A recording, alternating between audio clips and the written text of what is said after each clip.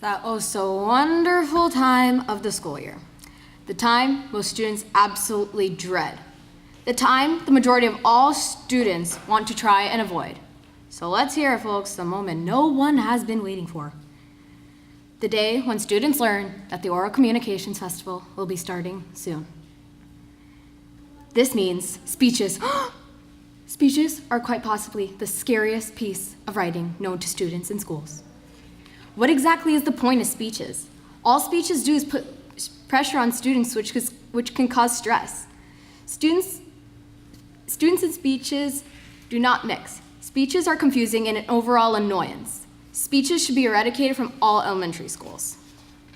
First, all the terror starts when teachers announce to their students, today we will be beginning the Oral Communications Festival, in other words, speeches.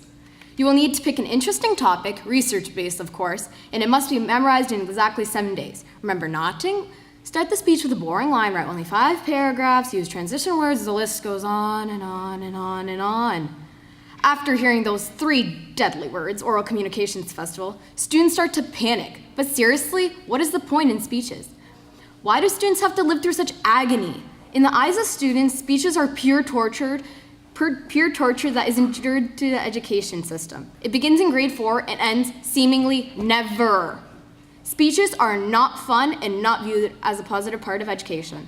Take my own class as proof. Out of 29 students, only 2 wanted to compete. This clearly speaks to how students feel about speeches. So the question is, if students don't enjoy speeches, what's the point in having them at all? Next, speech writing is a clear trouble to students. Reason being, students tend to feel pressure, which can lead to stress and sometimes even anxiety. Speeches involve so much: writing a draft, revising, editing, publishing, cue cards, memorization, facial expressions, just so much more. There's so much to do, but so little time to do it in. Seconds turn to minutes, minutes turn to hours, hours turn to days. Students even feel physical symptoms of speeches: heart beating fast, blood circulating through the system more quickly, and shortness of breath. Students hear Oral Communications Festival and suddenly feel overwhelmed and anxious and worried. Questions like, will I finish in time? And what if I forget the words run rampant through students' minds? The entire process of writing and delivering a speech can cause these symptoms because speeches seem to be mandatory rather than a personal choice. Stress and anxiety are not healthy for your body.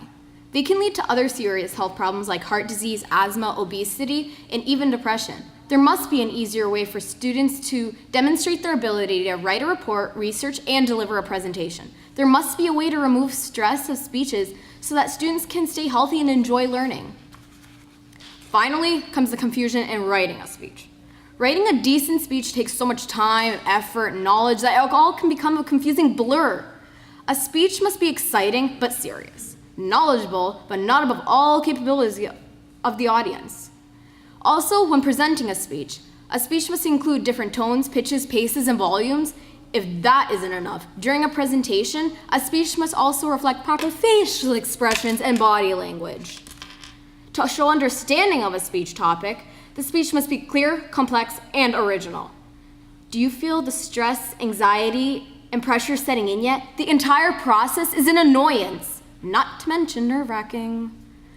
The challenge of speaking in front of a large audience is too much to bear for some. Students feel as though their nerves may be eating their stomach alive, or perhaps it's just the overwhelming feeling of butterflies. To make matters worse, the #1 side effect of nervousness is speech difficulties. The moral of the story is students and speeches do not mix, kind of like oil and water. In summary, speeches feel pretty pointless to students. Speeches cause unnecessary stress that can ultimately lead to other health problems. There's no bright side to speeches. Speeches make